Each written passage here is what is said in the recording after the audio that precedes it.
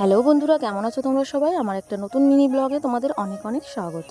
তো এই ভিডিওটা কয়েকদিন আগের 22 তারিখ, 22শে মে। এই দিন সকালবেলা আমি মাঝেরহাট লোকাল ধরে মাঝেরহাট যাচ্ছিলাম। সেখান থেকে আমাকে বেহালায় যেতে হবে। তো এই যে মাঝেরহাট লোকাল ধরলেই এই প্রিন্সেপ ঘাটের এখান দিয়ে গেলে সকালবেলা একদম মন প্রাণ সব জুড়িয়ে যায়। আসলে এই দিন বেহালা যাচ্ছিলাম এই কারণ আমার পোস্টাল ব্যালট ভোটের ডিউটি পড়েছিল। আর দিনটা ছিল 22শে মে, এবং আমাকে যেতে হতো বেহালা চৌরাস্তার বরিশা হাই স্কুলে।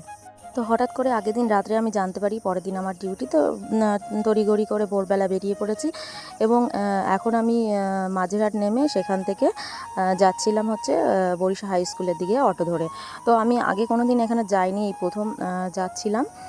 তো আমি একটু নার্ভাসও ছিলাম, এক্সাইটেডও ছিলাম, কারণ প্রথম এই আমি ইলেকশন ডিউটি করছি। এর আগে আমি কোনো দিন ইলেকশন ডিউটি করিনি, কেমন কি ব্যাপার সেটাও জানি না।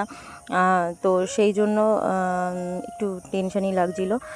তো এখন যাচ্ছি, দেখা যাক কি হয় সেই হিসাবে।